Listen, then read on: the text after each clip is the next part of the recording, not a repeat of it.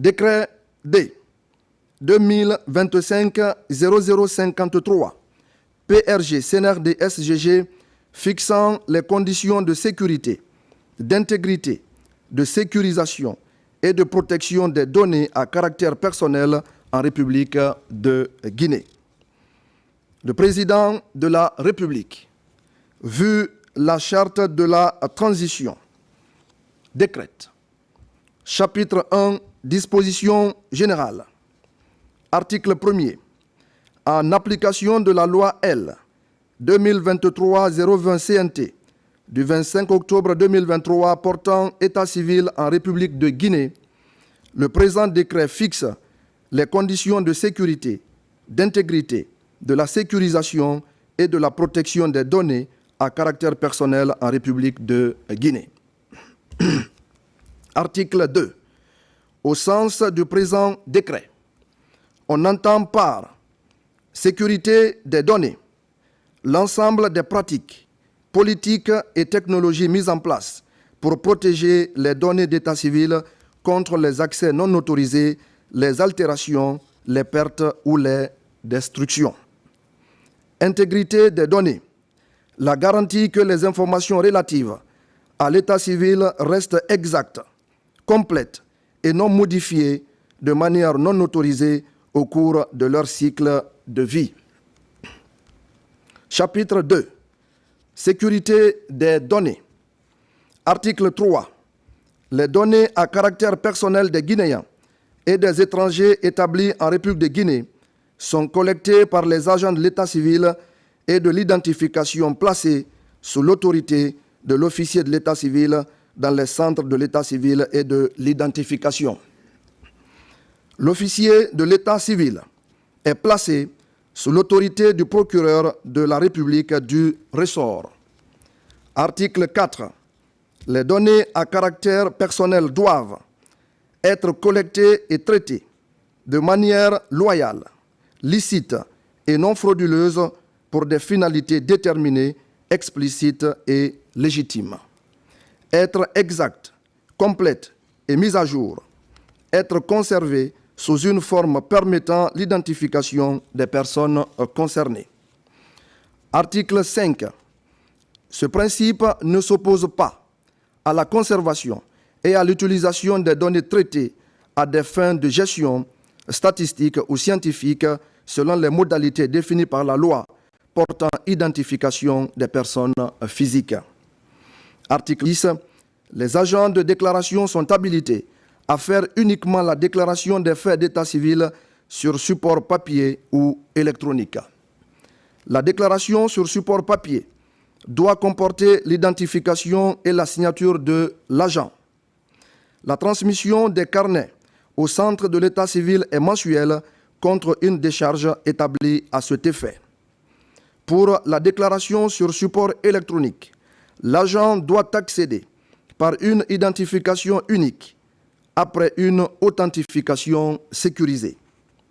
La déclaration doit être double pour éviter les erreurs matérielles dans la saisie des données des citoyens. Il a le privilège de correction des données à caractère personnel intervenues lors de la saisie. Une fois la saisie validée, il ne peut plus procéder à une correction quelconque sans se référer à sa hiérarchie.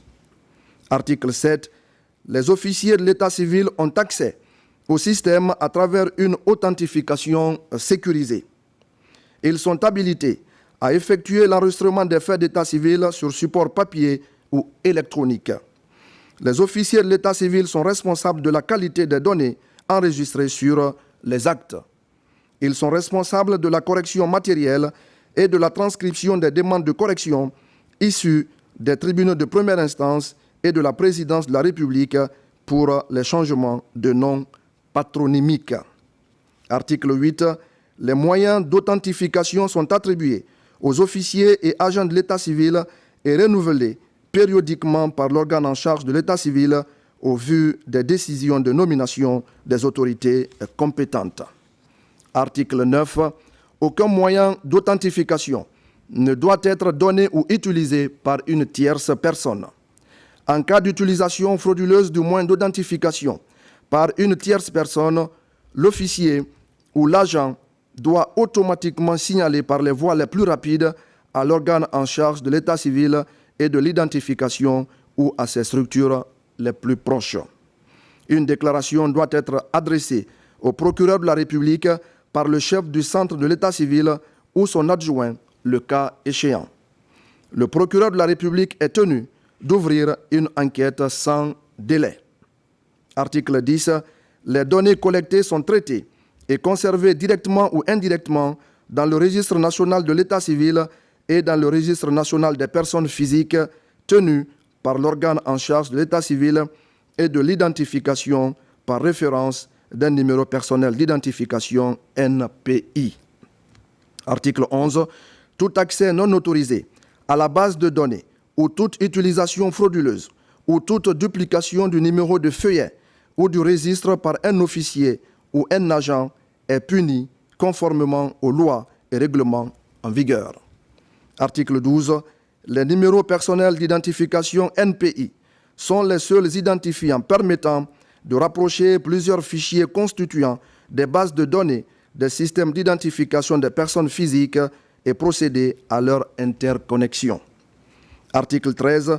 Aucune décision induisant des effets juridiques à l'égard d'une personne ne peut être prise sur le seul fondement d'un traitement de données destiné à définir le profil de l'intéressé ou à évaluer certains aspects de sa personnalité. Article 14. Les responsables de l'organe en charge de l'état civil et de l'identification qui procèdent au traitement des données à caractère personnel doivent prendre toutes les précautions utiles pour préserver la sécurité et l'intégrité des données. Article 15. Le procureur de la République et les officiers de police judiciaire sont les autorités légalement habilitées à intenter une action particulière d'enquête. Elles peuvent demander aux responsables du traitement de leur communiquer des données personnelles souhaitées. Article 16. Les utilisateurs des données à caractère personnel doivent présenter des garanties suffisantes pour assurer la mise en œuvre des mesures de sécurité et de confidentialité. Cette exigence n'exonère pas l'organe en charge de l'état civil et de l'identification de son obligation de veiller au respect de ces mesures. Article 17.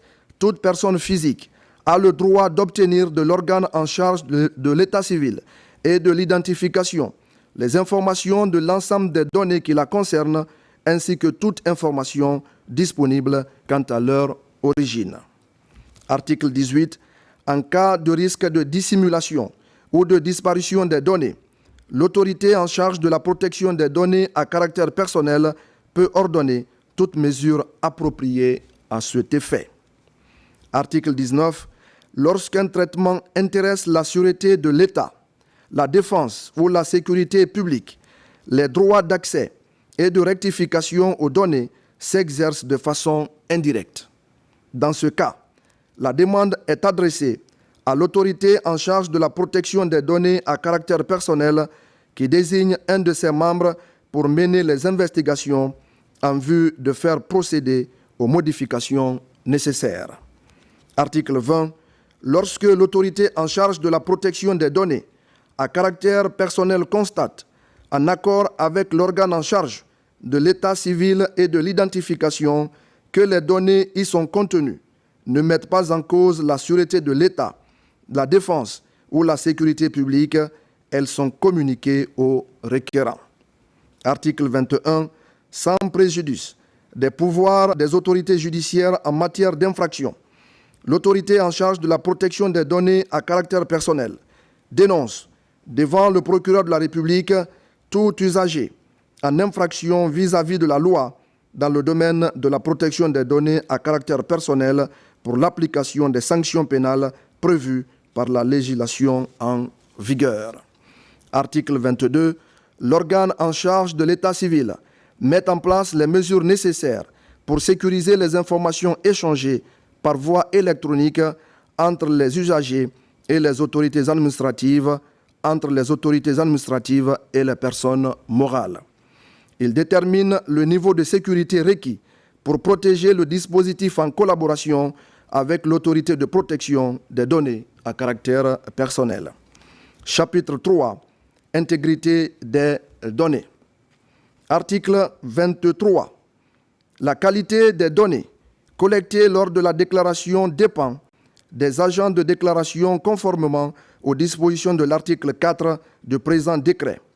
Les données collectées doivent être encryptées. Article 24. La complétude des données collectées et enregistrées sur les actes de l'état civil est de la responsabilité des officiers de l'état civil.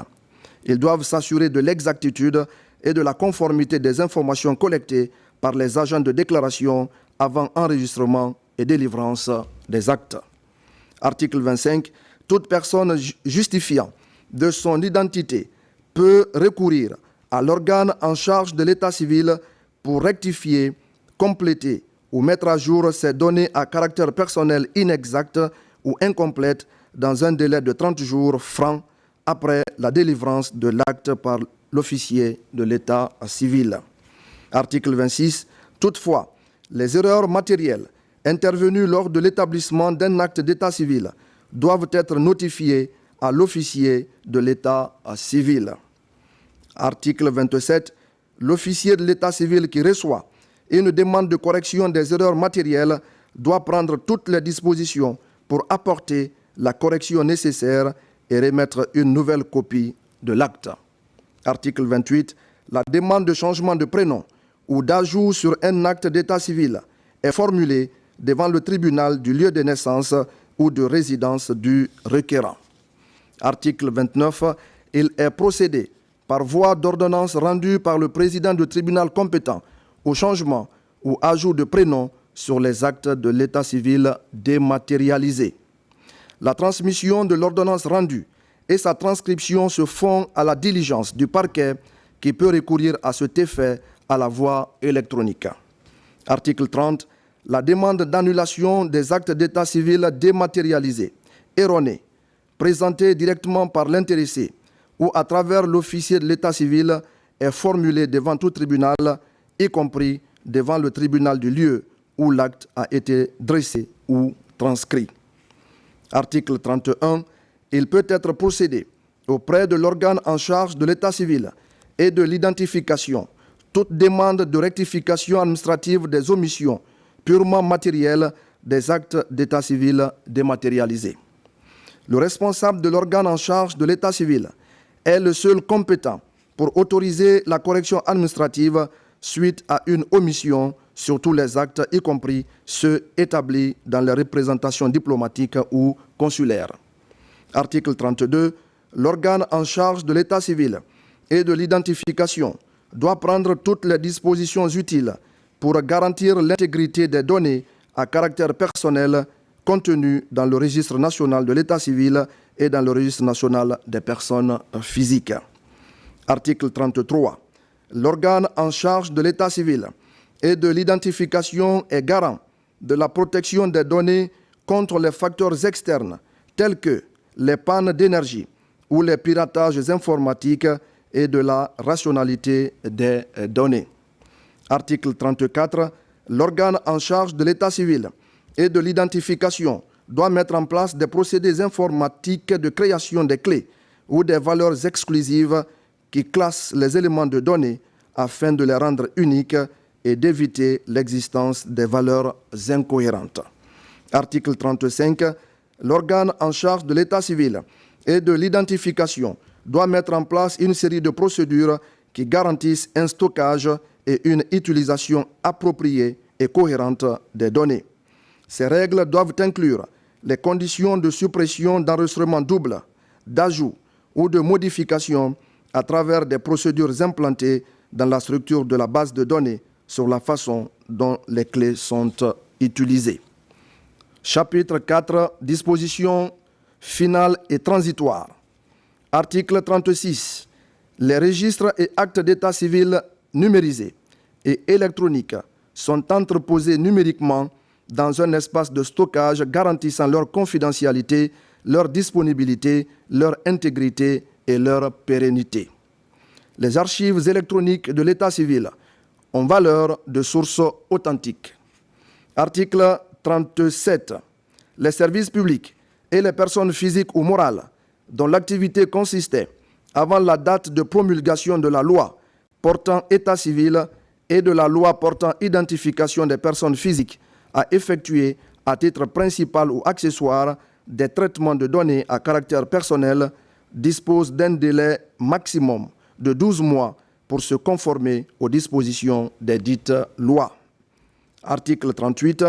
À défaut de cette régularisation dans le délai précité, leurs activités sont réputées contraires aux dispositions des lois précitées et devront cesser les dites activités sans délai, faute de quoi les contrevenants s'exposent aux sanctions prévues par les lois. Article 39. Les dispositions pratiques de mise en œuvre du registre national de l'état civil et du registre national des personnes physiques sont prises par le programme national de recensement administratif à vocation civile PN-RAVEC. Article 40. Le présent décret, qui abroge toutes dispositions antérieures contraires, prend effet à compter de la date de sa signature et sera enregistré et publié au journal officiel de la République. Conakry, le 14 avril 2025, signé Général Mamadi Doumbouya. Décret D 2025-0054 PRG CNRD SGG fixant les règles de gestion électronique et numérique sécurisée de l'état civil en République de Guinée. Le président de la République, vu la charte de la transition, décrète. Chapitre 1, dispositions générales. Article 1er, objet. En application de la loi L 2023-020 CNT du 25 octobre 2023 portant état civil en République de Guinée, le présent décret fixe les règles de gestion électronique et numérique sécurisée de l'état civil en République de Guinée afin de disposer d'actes d'état civil numérisés ayant la même valeur juridique probante que les actes sur support papier. Chapitre 2. Création et gestion du registre national de l'état civil RNEC. Article 2.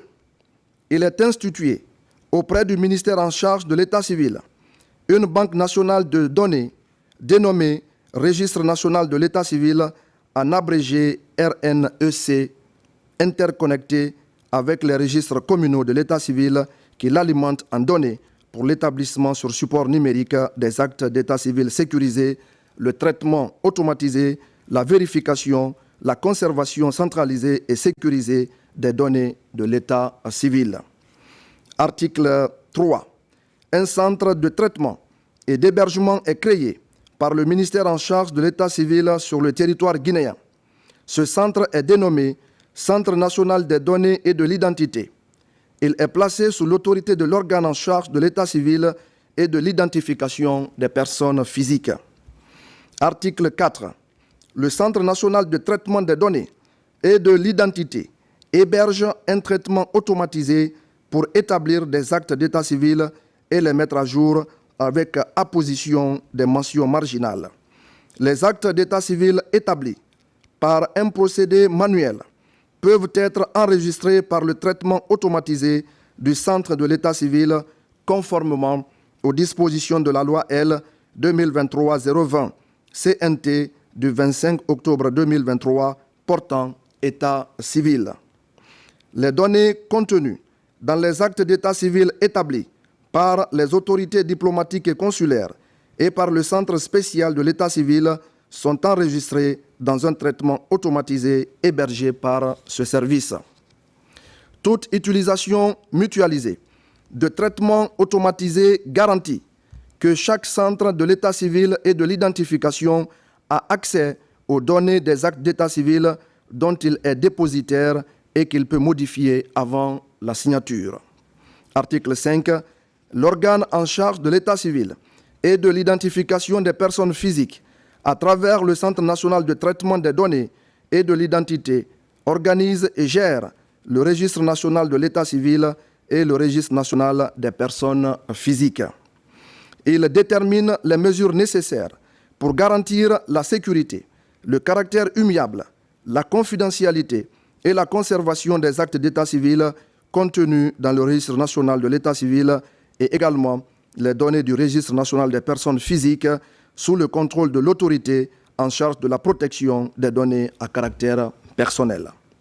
À ce titre, ils mettent en place les dispositifs sécurisés de création de certificats électroniques, création et de vérification des signatures électroniques, authentification de la signature électronique, horodatage, intégrité, confidentialité et traçabilité des échanges électroniques.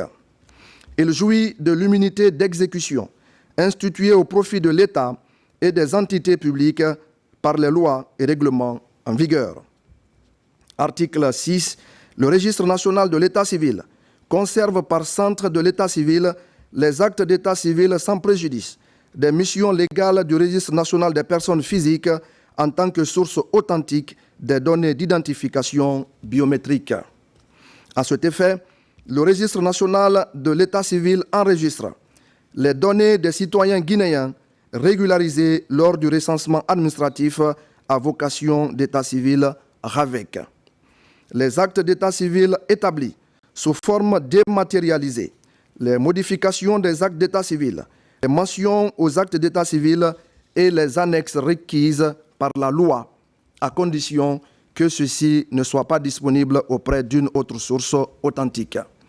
Les mises à jour administratives des actes d'état civil, les registres d'actes d'état civil établis sous forme dématérialisée, les métadonnées, les copies numérisées des actes d'état civil enregistrés par les centres d'état civil et les postes consulaires, des registres et décisions judiciaires d'état civil qui ont été établis sur papier avant l'entrée en vigueur de la présente loi. Les traces des activités automatisées sont enregistrées, renseignées en base de données. Le numéro personnel d'identification NPI non répétitif. Article 7. Le registre national de l'état civil a valeur de source authentique pour tous les actes d'état civil et les statistiques vitales de l'état civil. Article 8. Un centre de l'état civil et de l'identification peut consulter les données des autres centres d'état civil et de l'identification aux fins d'émission d'extraits d'actes d'état civil et de vérification. Tout officier d'état civil dûment habilité peut accéder au registre national de l'état civil pour consulter les actes d'état civil dématérialisés relevant de son ressort, établir les actes d'état civil dématérialisés, mettre à jour les actes et registres d'état civil, signer et délivrer des copies intégrales et des extraits d'actes civils d'état civil sécurisés. Chapitre 3. Dématérialisation sécurisée des actes d'état civil. Article 9. La gestion électronique et numérique sécurisée de l'enregistrement des faits d'état civil est faite par les centres de l'état civil et de l'identification et l'organe en charge de l'état civil et de l'identification des personnes physiques. Article 10. En sus des supports papier, les supports électroniques servent également à la déclaration, l'enregistrement, le traitement et l'archivage des données de l'état civil et de l'identification. Article 11. Les données de l'état civil et de l'identification sont traitées à travers une solution informatique mise en place conformément à la législation en vigueur. Article 12.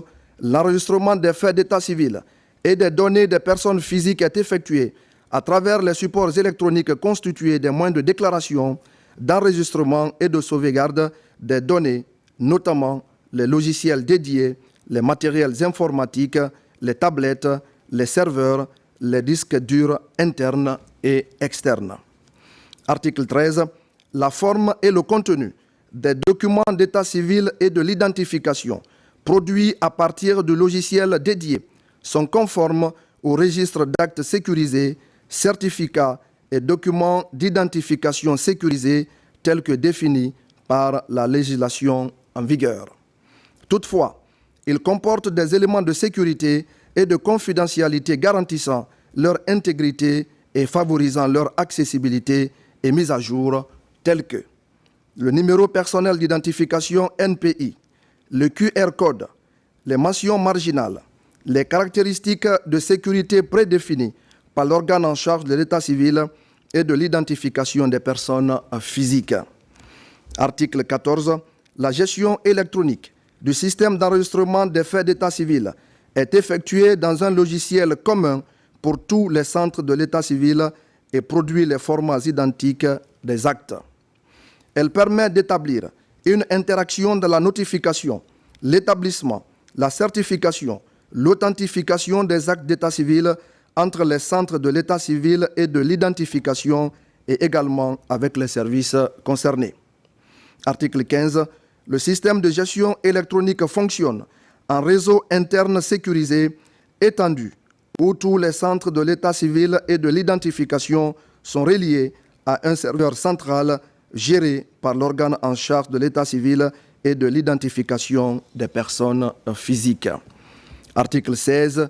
Le logiciel de gestion électronique de l'état civil est intégré dans un système adossé à une plateforme spéciale tenue selon les besoins de l'organe en charge de l'état civil et de l'identification des personnes physiques et les centres de l'état civil et d'identification. Article 17. Les actes d'état civil sont enregistrés dans les registres communaux, dans les registres des représentations diplomatiques et consulaires de l'état civil selon les procédés suivants. Migration des anciens actes d'état civil, extrait, transcription des jugements supplétifs tenant lieu d'acte de naissance, de mariage, de décès, acte d'adoption, de reconnaissance et de divorce. Déclaration et enregistrement des nouvelles demandes d'actes d'état civil. Transcription et migration des nouvelles demandes, jugements supplétifs tenant lieu d'actes de naissance, de mariage, de décès, d'adoption, de reconnaissance et de divorce. Article 18. La migration des anciens actes d'état civil obéit aux principes de numérisation, d'indexation, de traitement et de validation des informations inscrites dans les actes. Article 19. La numérisation des nouvelles demandes d'actes d'état civil s'effectue des suites de la notification faite par les agents de déclaration et à la demande du requérant. Article 20. La déclaration des faits d'état civil pour l'inscription au registre communal ou au registre des représentations diplomatiques et consulaires est faite par l'agent de déclaration ou par l'officier de l'état civil qui a procédé à l'inscription. Article 21. Il est fait obligation aux parents détenteurs d'une copie originale du formulaire de déclaration de se rendre dans le centre de l'état civil territorialement compétent pour participer à la finalisation de la déclaration en vue de s'assurer de la complétude des informations requises pour dresser l'acte. Article 22. Il revient au chef du centre principal ou du centre secondaire dont relève le centre de déclaration de s'assurer de la remontée des carnets de déclaration, de l'enregistrement correct et de la délivrance de l'acte au déclarant. Article 23. L'enfant requiert, dès son inscription au registre communal ou au registre des représentations diplomatiques et consulaires de l'état civil, un numéro personnel d'identification. Article 24. L'enregistrement du mariage célébré dans un lieu de culte ou tout autre endroit dans les registres de l'état civil ou au registre communal ou au registre des représentations diplomatiques et consulaires électroniques de l'état civil donne lieu à une prise en compte de chacun des conjoints au registre national de l'état civil. Les références de l'acte de mariage sont portées en marge de l'état civil de chacun des époux. Article 25. Les transcriptions des décisions définitives de divorce sont enregistrées au registre national de l'état civil avec les numéros personnels d'identification des conjoints divorcés par l'officier de l'état civil.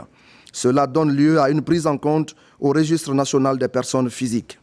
Mention de la décision judiciaire de divorce est faite en marge des actes d'état civil des conjoints divorcés. Article 26. L'enregistrement du décès au registre communal ou au registre des représentations diplomatiques et consulaires de l'état civil se fait sur présentation de la déclaration de décès délivrée par le service sanitaire du lieu de décès. Cela donne à une prise en compte au registre national des personnes physiques. Mention en sera faite en marge des actes de naissance et de mariage du défunt. Article 27. Les actes d'état civil des Guinéens, en ce qui concerne les naissances, les mariages et les décès établis à l'étranger, dans la forme de la loi du pays d'accueil, ont pleine valeur juridique en République de Guinée. Toutefois, ces actes ne peuvent agir sur la capacité des parties, qui reste déterminée par la loi nationale, de même que les conditions de fond et les effets des dits actes. Article 28. Les actes d'état civil établis à l'étranger au profit du Guinéen vivant à l'extérieur sont centralisés au registre national de l'état civil après leur enregistrement au registre consulaire. Article 29.